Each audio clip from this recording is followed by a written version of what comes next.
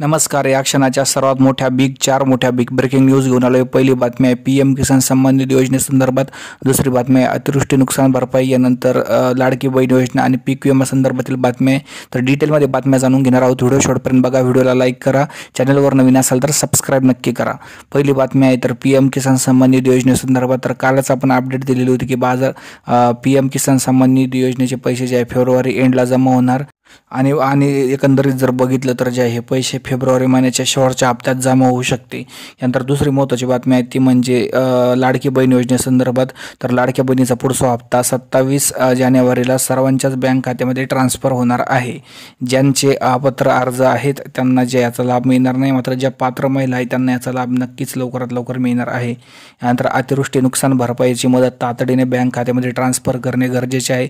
शेतकऱ्यांसाठी लवकरात लवकर ही मदत जाहीर झाली पाहिजे आणि मोठ्या प्रमाणात शेतकऱ्यांना ही मदत दिली गेली पाहिजे, कारण मोठ्या प्रमाणात शेतकऱ्यांच्या ठिकाणी नुकसान झालेले होते. त्याचप्रमाणे पुढे जर बघितलं तर जे पीक विमा संदर्भात सुद्धा सरकारने या संदर्भात जे चांगले निर्णय घेतले पाहिजे आणि लवकरात लवकर शेतकऱ्यांना मदत ही जी आहे जाहीर केली गेली पाहिजे. धन्यवाद व्हिडिओ बघितल्याबद्दल.